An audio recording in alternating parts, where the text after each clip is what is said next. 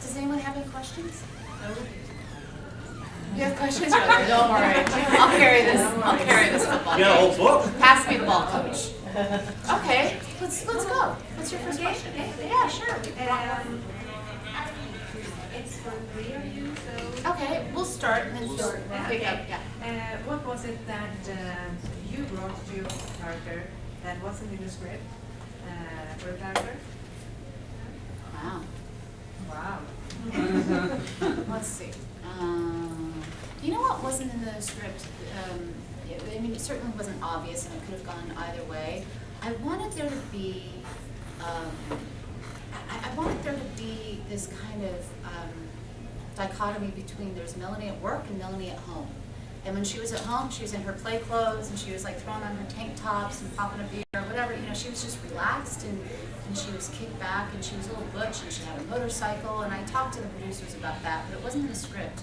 And then when she was at work, she was a little bit more, you know, pulled together and professional. She was still Melanie, but I wanted there to be that side to her, so that it wasn't always this lawyer and buttoned up. I wanted her to have a real kind of tomboyish, you know. When I was growing up, I was kind of tomboyish, and I wanted to incorporate that and have that be my in into Melanie, you know. And she could have not had that, and I liked that. I liked that because I appreciate that in myself and in women in general. So I wanted there to be that, and also, you know, I made this choice about everything she did was to really make Lindsay smile. And she just wanted to make this woman happy. And I think, you know, there's problems that Lindsay had, and I think Melanie always wanted to be the fixer, the one who would take care of things and fix things and very capable. And that wasn't, you know, necessarily there, but it was something that I made a strong choice about her undying love for Lindsay and how much she selflessly gave to her. And in a real kind of, that her family was everything, you know, and I think that that's part of, I come from a big family where family is very important to me, very, very important to me, and it's what keeps me going, and I wanted her to have that sense of family, and I feel like she did have that. And there were other things, I think, that definitely the smoking and the drinking wasn't in the script. You know, I wanted Melanie, I remember early on, I said, look, I'm going to drink in scenes. She's a lawyer. I don't know a lawyer who doesn't drink or doesn't have some sort of emotional problems. Because I think lawyers, I think it's tough to be a lawyer. And I think that was Melanie's weakness, and that's how she dealt with it. I'm sure she needed some therapy, but I think that's just how she dealt with it. And I wanted that to be there. And I also wanted her to be flawed. I did. I wanted her to, you know, be someone who smoked and couldn't give it up, and be someone who drank, but it never became a real big problem. It's just something she did. And she loved Lindsay a bit too much, and she had a bit too much of a way about her that was too honest and too gruff. And I just wanted her to really let everything hang out. And I think there was another way that she could have gone, where she could have been a bit more diplomatic. And I didn't want that. I wanted her to have a certain rawness about her.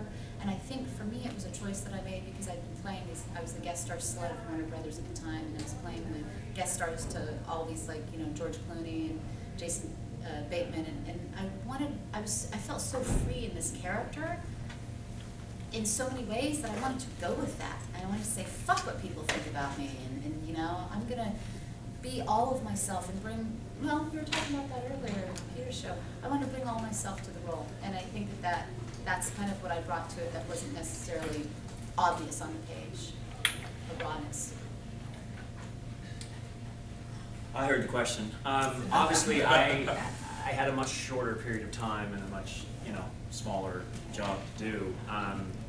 But, you know, and you say it wasn't in the script, but to some degree, you know, everything's kind of in the script. I wanted to be the new guy, and I wanted to rely on that for some things. You know, these guys have been going strong for 4.5 seasons, and you know, I was obviously not only walking on the set, but on the camera, but into the trailer. I was the new kid, and you know, offset, these guys were awesome, and I remember having amazing conversations with you guys, some more than others, but I mean, everyone was great, but I wanted to kind of retain that kind of I'm possibly something new. It's a different thing. The other thing that I wanted is, and this is just because of the shorter character arc, I wanted him to be not just the pompous new kid. And maybe there had to be a reality to him. There had to be a personality. There had to be some fault. There had to be something. I mean, I guess that comes with any character you get, but it wasn't as clear, I think, to me in my script because it was such a shorter, I mean, it was that arc. And, you know, there was a moment of sadness and a moment of defeat and a moment of this, and I wanted those to actually, I mean, obviously we all do, but play real. And, you know, hopefully that happened in the time span that I had to do it. But other than that, I just wanted him to be a badass. You know, he was, you know, he was the younger, he was newer, he was coming in, he was trying to shake things up. And somebody asked me, I think on Sheena's show one day, you know, about being the villain, and I never looked, well, it wasn't, I don't think the villain, but it never was about being the villain. It was about coming in and just doing what I was doing. I mean, I suspect that Brandon didn't ever actually expect any of the things that took place them to happen. But he rolled with it because he could. I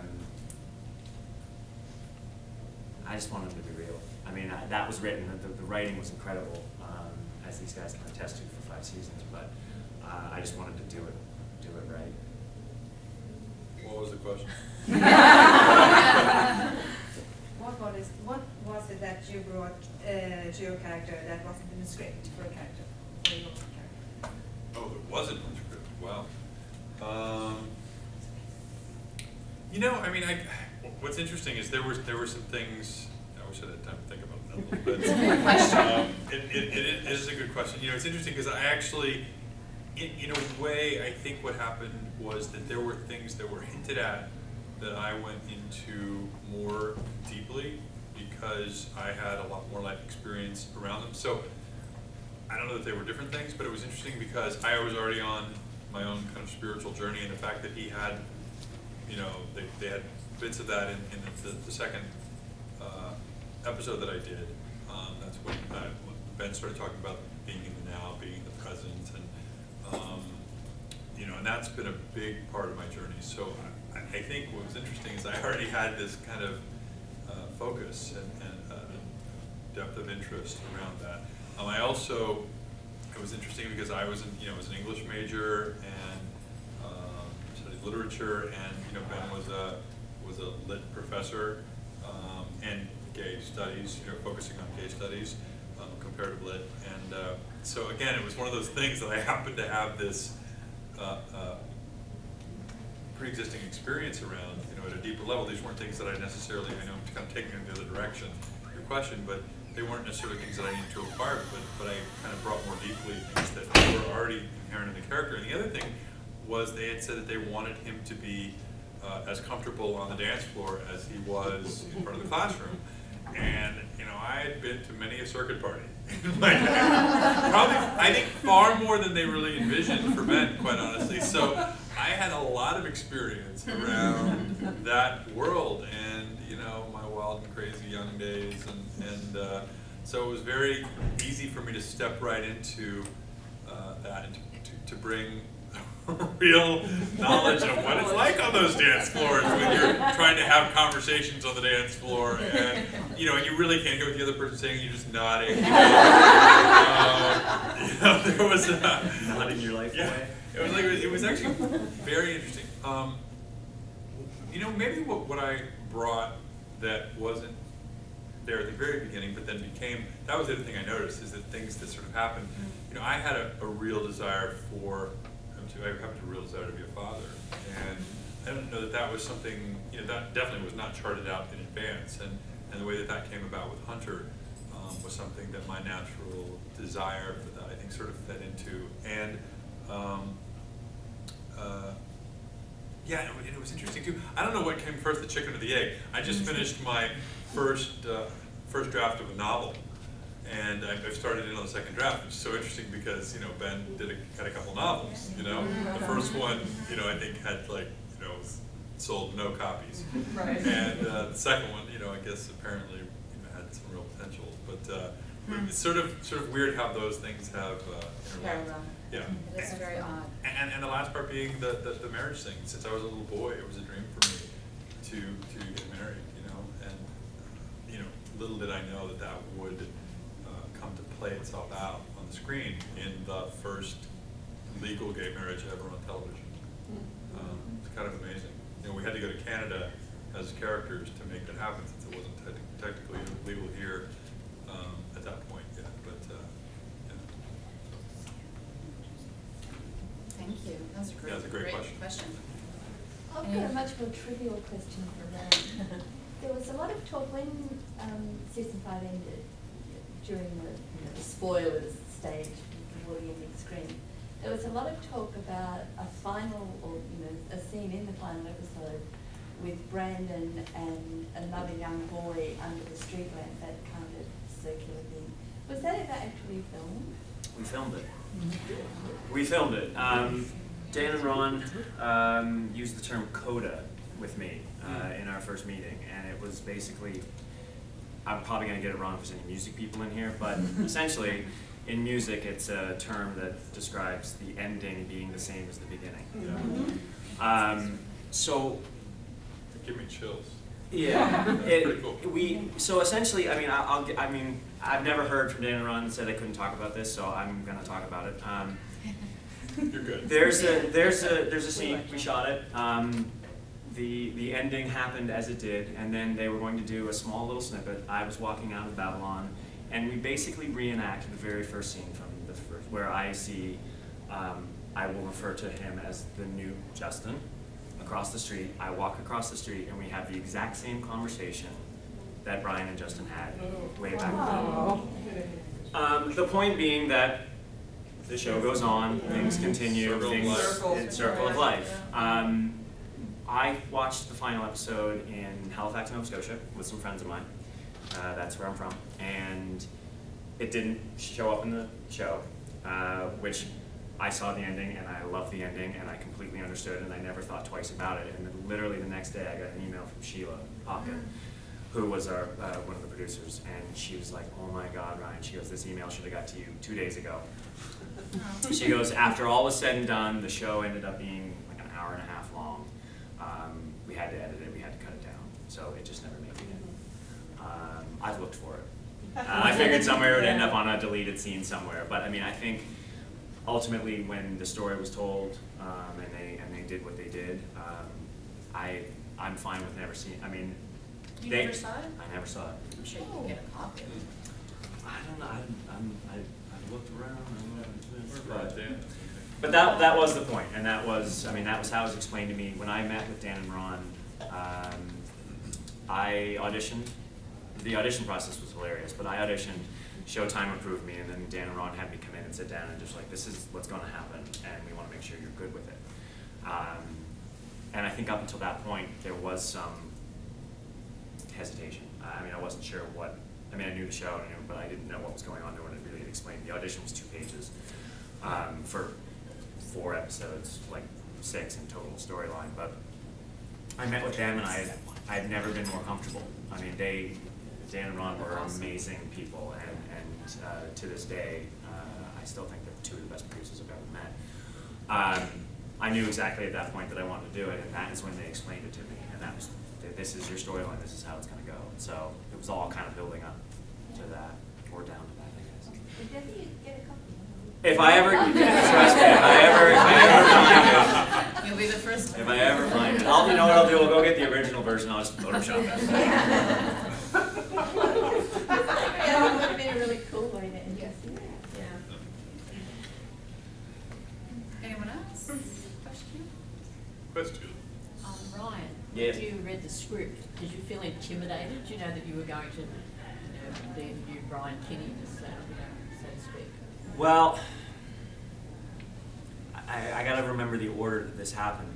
I didn't see a script until after I met with Dan and Ron, and they explained the entire story to me. And the way that they kind of laid it out, I don't think I ever would have said oh, I'm gonna go shoot to be the new Brian Kinney. It was always this kind of, there's gonna be heads butting but it never was, I never thought about filling someone's shoes or taking over. I mean, for all of you and for all of us, I mean, Brian was Nobody Brian, could and finish. I feel that exact same Yeah. way. I mean, I had talked to Sheena on her show one day. We talked about Gail, and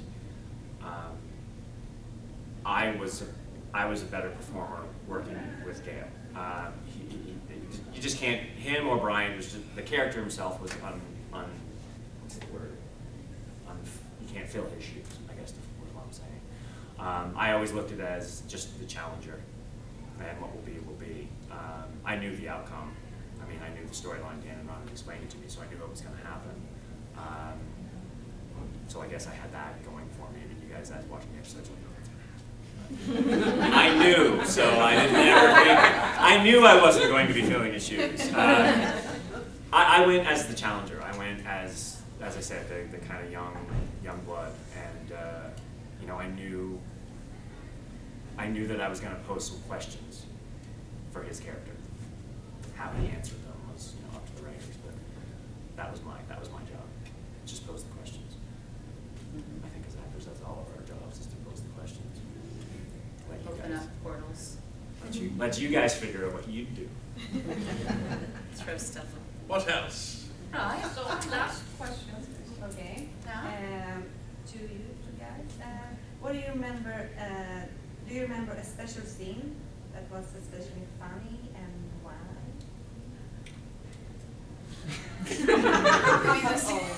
Funny? That was funny? The scene was funny, or we were having fun doing it? You could have fun I- doing it, yeah. God, I'm trying to think, and we worked hard. I mean, I know that sounds funny, So but fun.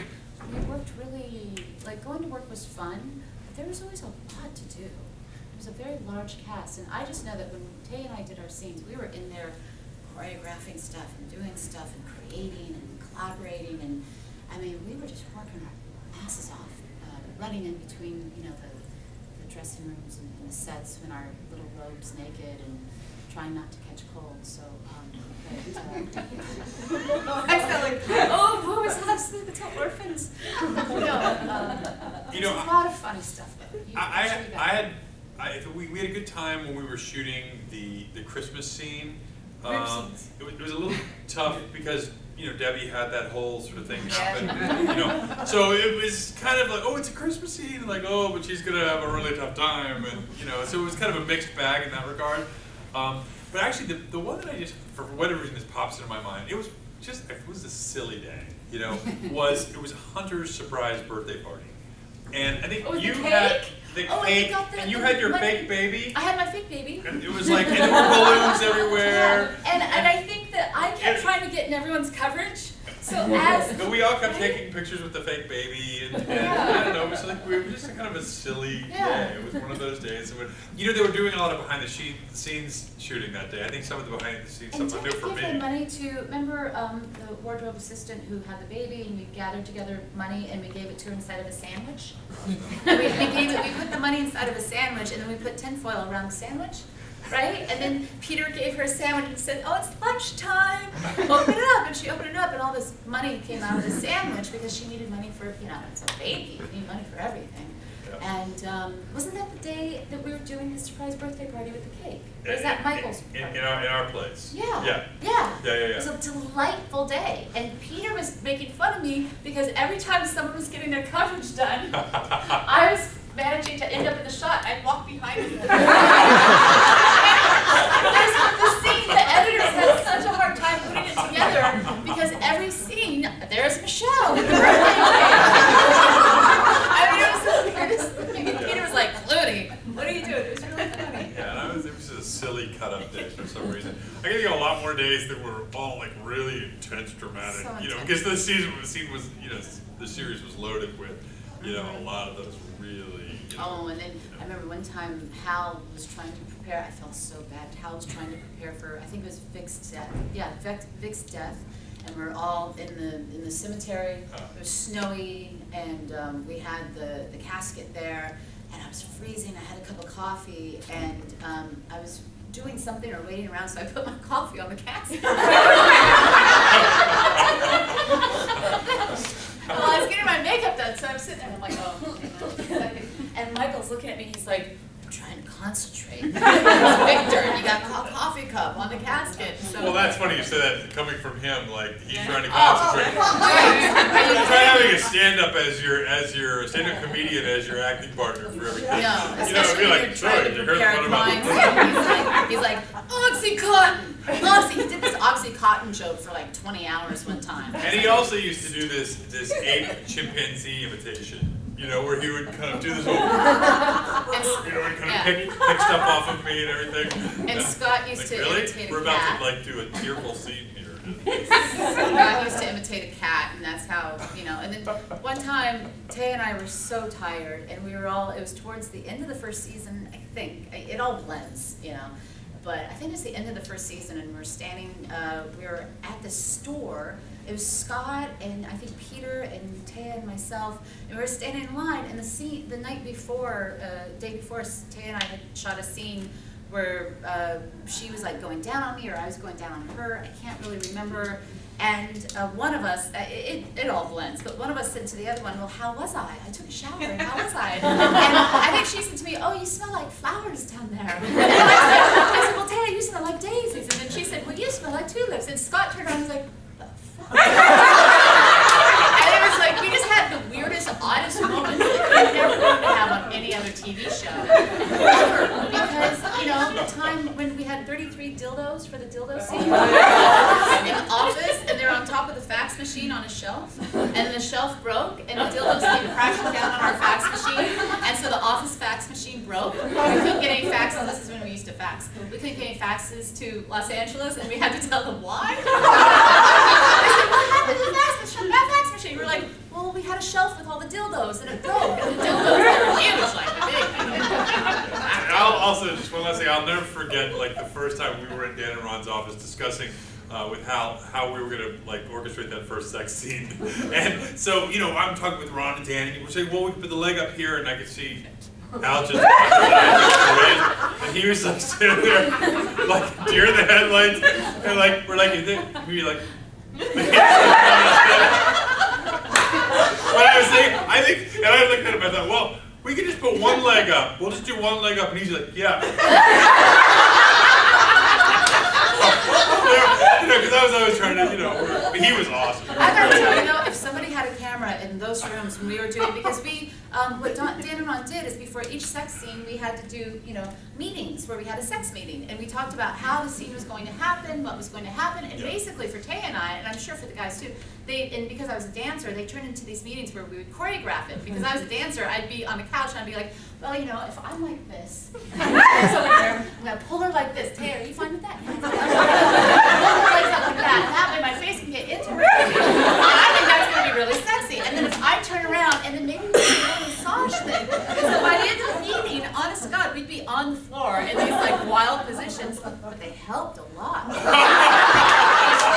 because then you go to the set and you're naked and you're a little nervous, you know. So you're already a Good to little know what you're nervous. gonna do. You go to the set, you go, I know what we're doing. We're gonna do this, and then we're gonna put down. And so it just makes everything go smooth. But we were a well-oiled machine, man. So to speak. So to speak. Well-oiled machine. So to speak. On that note.